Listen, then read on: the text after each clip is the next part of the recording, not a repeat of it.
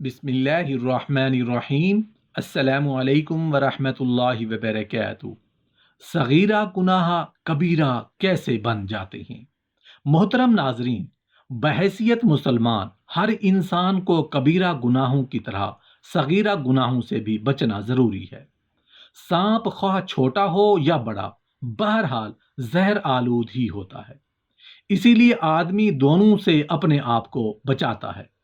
اسی طرح مسلمان کو چاہیے کہ دونوں قسموں کے گناہوں سے اپنے آپ کو بچائے۔ نبی کریم صلی اللہ علیہ وآلہ وسلم نے فرمایا، میری امت کے تمام لوگوں کے گناہ معاف ہو سکتے ہیں سوائے ان لوگوں کے جو گناہوں کو ظاہر کرتے ہیں۔ یعنی رات کو ایک آدمی گناہ کرتا ہے اور صبح یوں کہتا ہے کہ میں نے آج رات کو ایسا گناہ کیا، حالانکہ اللہ نے اس پر پردہ ڈالا ہوا تھا۔ رات تو اس نے اللہ کی پردہ پوشی میں گزاری اور صبح کو از خود اس کی پردہ دری کی۔ یعنی گناہ کر کے اور لوگوں میں بتاتا پھرنا بھی گناہ ہے، کیونکہ ایسا کرنے کے دو نقصانات ہیں۔ ایک تو یہ کہ آدمی لوگوں کی نگاہوں میں از خود ذلیل ہوتا ہے، حالانکہ اپنے آپ کو از خود ذلیل کرنا بھی جائز نہیں۔ دوسرا یہ کہ لوگ اس گناہ کی طرف راغب ہوں گے، وہ بھی دیکھ کر اور سن کر یہ گناہ کریں گے۔ اس لیے اپنے گناہ کو ظاہر کرنے سے سخت وعید وارد ہوئی ہے، اور اللہ عز و جل ہم سب کو سچی توبہ کی توفیق عطا فرمائے۔ صغیرہ گناہ چند اسباب کی وجہ سے کبیرہ گناہ بن جاتے ہیں۔ پہلا سبب، ان میں سے ایک اصرار یعنی مسلسل اور ہمیشگی ہے، اور اسی بنا پر کہا گیا ہے کہ اصرار کے ساتھ کوئی سا گناہ صغیرہ نہیں اور نہ استغفار کے ساتھ کوئی گناہ کبیرہ ہے۔ اگر آدمی ایک کبیرہ گناہ کرے تو توبہ و استغفار کرے اور پھر دوسرا کبیرہ گناہ نہ کرے، اگر اس توبہ پر باقی رہا تو مغفرت و معافی کی توقع اس صورت میں زیادہ ہے بنسبت اس گناہ صغیرہ کے جس پر ہمیشگی اختیار کی جائے۔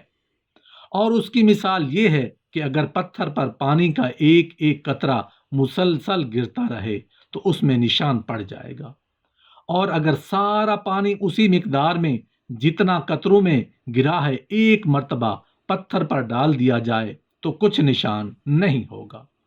اسی تاثیر کی وجہ سے نبی کریم صلی اللہ علیہ وآلہ وسلم نے فرمایا، سب سے زیادہ محبوب اعمال وہ ہیں جن پر ہمیشگی ہو، اگرچہ وہ تھوڑے ہوں۔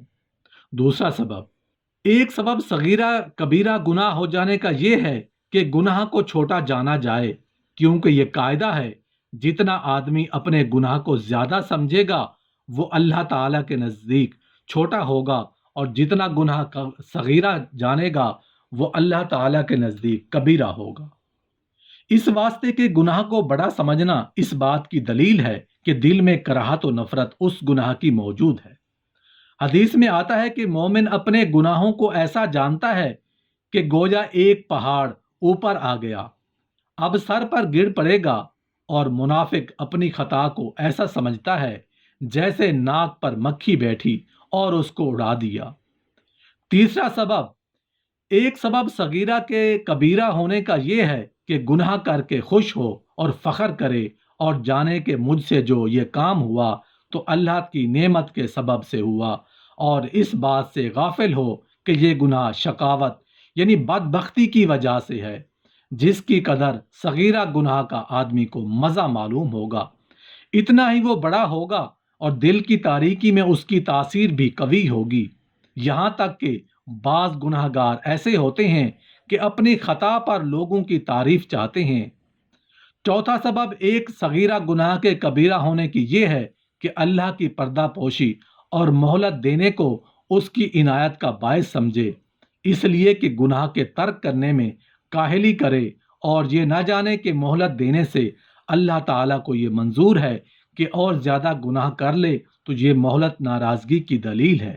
جس کو یہ شخص موجب عنایت سمجھتا ہے، اللہ تعالیٰ ارشاد فرماتے ہیں اور اپنے دل میں کہتے ہیں، اگر یہ واقعی پیغمبر ہیں تو جو کچھ ہم کہتے ہیں خدا ہمیں اس کی سزا کیوں نہیں دیتا؟